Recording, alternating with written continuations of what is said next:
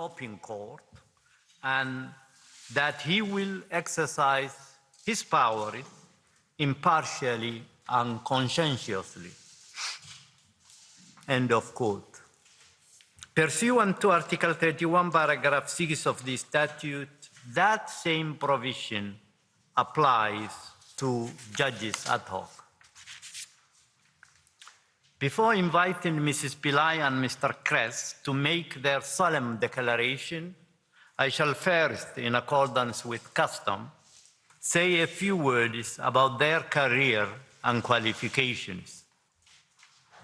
Mrs. Navanedem Pillai, of South African nationality, is a former judge with a distinguished career at the national and international levels.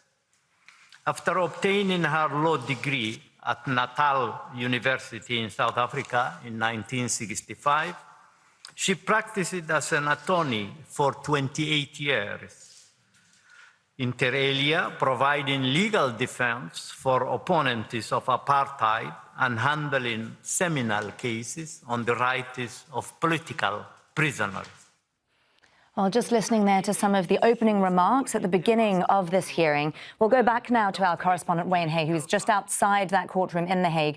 Wayne, walk us through the legal arguments here that we might be hearing in the coming days. What kind of threshold will the prosecutors actually have to cross in order for Myanmar's actions to be considered genocide? Yeah, so it's a good question because obviously proving a case of genocide is going to be very difficult. It has proven to be very difficult historically.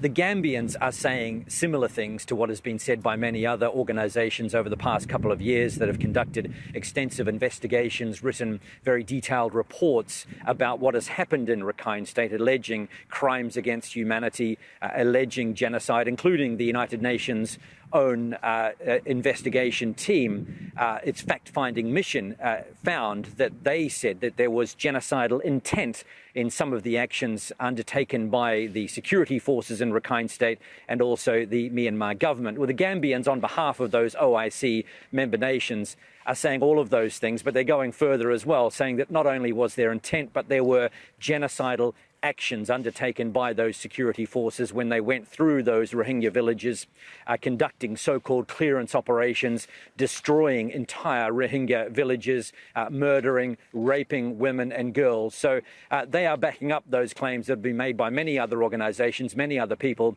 and indeed going a step further. Wayne Hay in The Hague for us following that trial. Thank you, Wayne.